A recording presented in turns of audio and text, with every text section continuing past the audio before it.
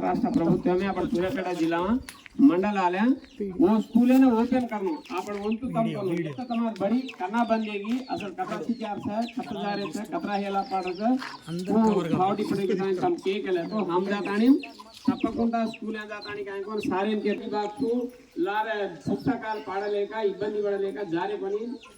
జారే కాబట్టి ఎంత స్కూల్ ఓపెన్ కరోगे దానికి కేను కాబట్టి తమ కూడా ముందు ఆతానే తమ సమస్య కోసం हमसे जाताने सारे के लड़ाई में ముందు సాగాతాయి వాతే కरो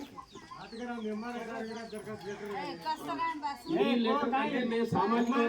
मैंने చెప్తే ఇంత ముందుకు వస్తాను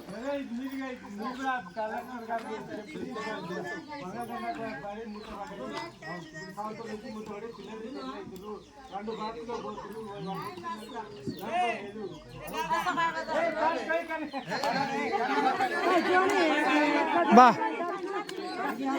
తమ్ముడా ముందు కావు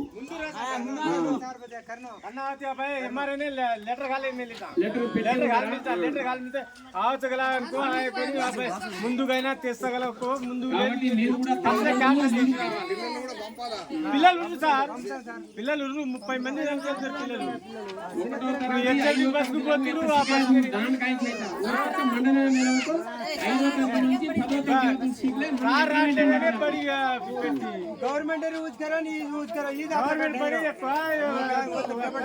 ప్రైవేట్ స్కూల్లో డిగ్రీ చదివిన వాళ్ళు కూడా అలా పోయి మాట్లాడుతారు చదువు చెప్తాడు తీసుకుపోయి పండ పెడుతున్నారు స్కూల్లో ఏమనుందా అసలు పైసలు పోతున్నాయి రూపాయలు ఒకసారి బస్సు పంక్చర్ అయింది ఆడపోయి వస్తుంది బస్సు ఆడ ఆగిందని ఫోన్ చేసి మళ్ళీ సమస్యలు ఉంటాయి ఇది పని మాత్రం ఎంఆర్ఓ గారికి లెటర్ పెట్టాము ఆ లెటర్ ద్వారా ఎంఆర్ఓకి మన కలెక్టర్ గారికి చెప్పి బడి మాత్రం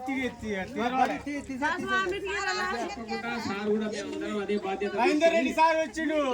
ఆయన ఏముంది పాట పెట్టుకున్న పిల్లలకు అంత నాశనం చేసిండు అదే పిల్లలకు కాదు వెంకరెడ్డి సార్ వచ్చిండు పాపం రెగ్యులర్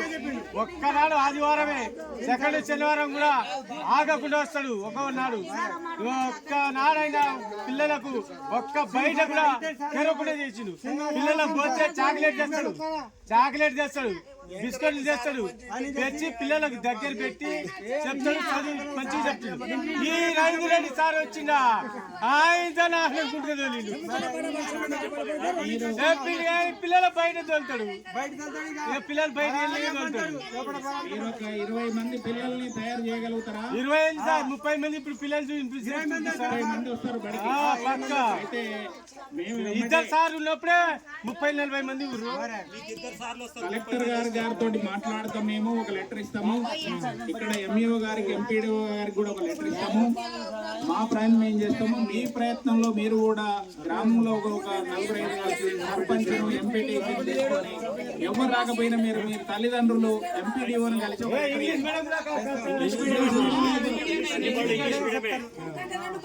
ప్రభుత్వం కూడా ఇంగ్లీషే చెప్తారు ఇప్పుడు కాబట్టి తేడా ఏం లేదు వెంకరెడ్డి సార్ కూడా మంచిగా చెప్పిండు ఇప్పుడు పోతా అడ్రోడ్ దగ్గర బస్ పంక్చర్ అయింది పంక్చర్ ఆగిరే మళ్ళీ ఆడ నుంచి పిల్లలు నడుచుకుంటా ఇంటికి తోలిపోయారు తోలిపోయి ఎంత పరిస్థితి ఇప్పుడు